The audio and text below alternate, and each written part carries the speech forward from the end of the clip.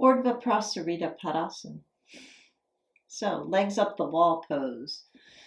This is the beginning of the most basic abdominal poses.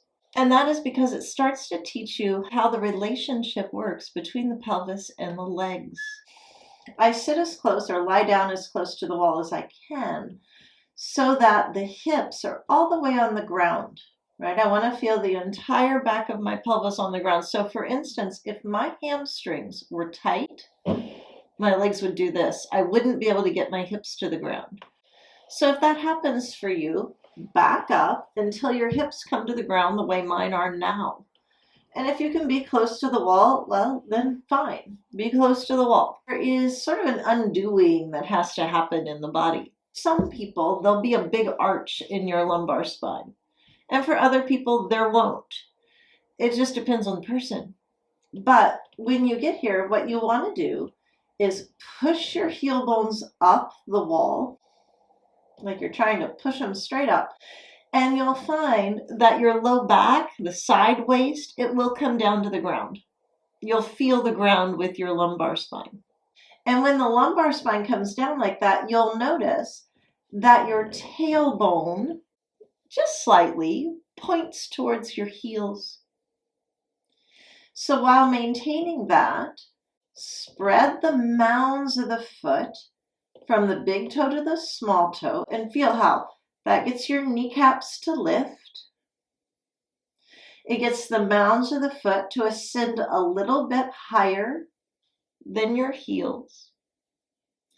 And it also awakens the front thigh from the lower quadricep towards the top quadricep to move towards the wall. And in all of that, the abdomen should feel relaxed and fall back towards the spine. You can see my frontal ribs are here, the abdomen's deep. My frontal hip bones are here, the abdomen is deep. Place the heel of your hand at the top thigh and push that region towards the wall.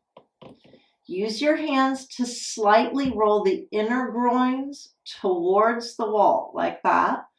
But when you do that, you'll find your lumbar spine lifts away from the ground, right? Breathe in and out through your nose. Feel the breath in the side body. But now, again, roll the heels up the wall and feel how the tailbone moves to the heels.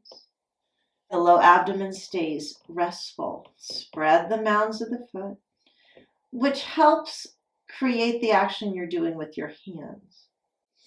And then once you get that, you can take the arms up and hook your thumbs. Notice how my side waist will stay where it is. My front ribs will stay where they are. But I pull the arms overhead. If that's too much, you can just put something under your wrists there, right? But I lengthen.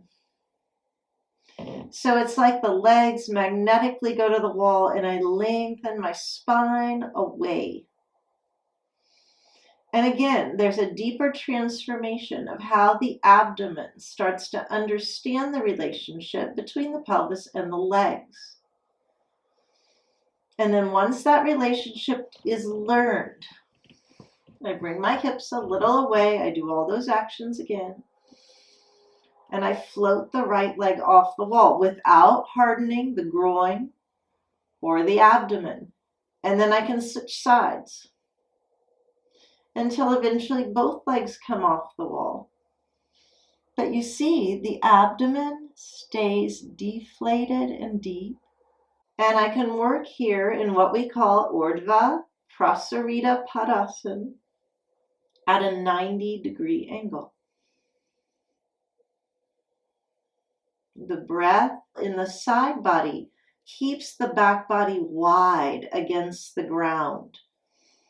That keeps the abdomen drawing back, but it's an effortless drawing back. There shouldn't be a hardness or a grip there. Instead, the tailbone rolls towards the heel and you spread the mounds of the foot, creating a little width in the back of your legs, creating a stability in the outer legs, outer shins, outer thighs, even outer hips. So in time, and you can hold this up to 5 minutes. You can even be against the wall like this much longer. It's a really excellent pose for someone who might be on their feet all day. If you're someone who gets swelling in your ankles or your feet, really, really good pose for you to practice and work with. There is a more dynamic Urdhva Prasarita Padasana that we'll look at later on. Okay, see you next time.